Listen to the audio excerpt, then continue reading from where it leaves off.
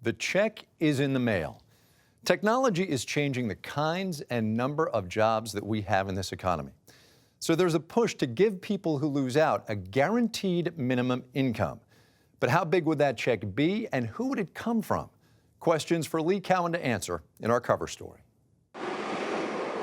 Sometimes a sign in a window can be a sign of the times. And the one emblazoned outside Cafe X in San Francisco says it all.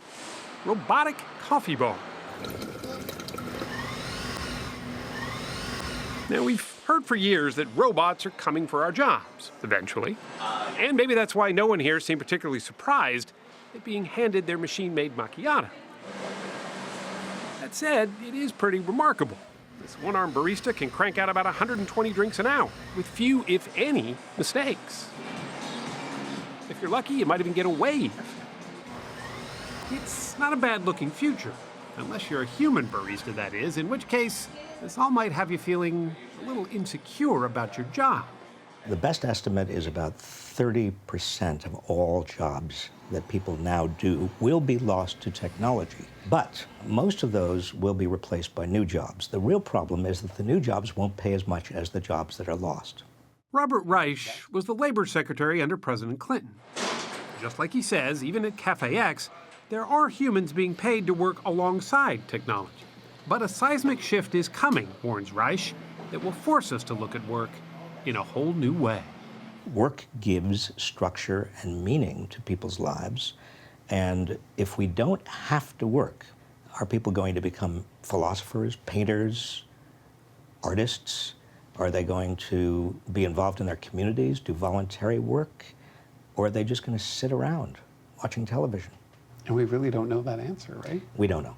What we do know is the income disparity in this country will likely only grow. And that has some suggesting a radical idea: universal basic income, a guaranteed wage for everyone, working or not, no strings attached. There are all kinds of mysteries and potential flaws with regard to universal basic income, but it's inevitable. We're going to have to seriously consider universal basic income. It's nothing new. Thomas More saw it as part of his fictional utopia as early as the 16th century. Richard Nixon once flirted with the idea. But perhaps its most eloquent spokesman was Dr. Martin Luther King Jr.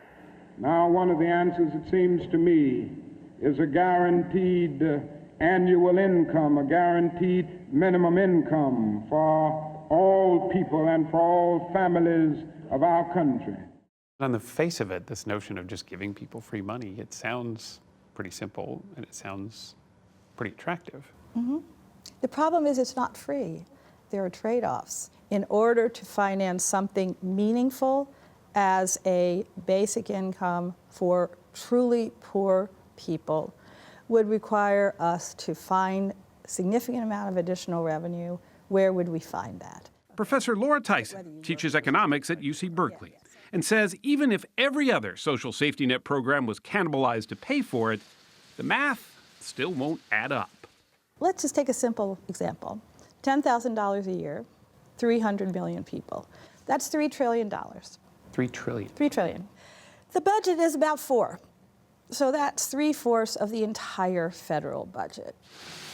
A number of places have tested the idea, on a much smaller scale, mind you.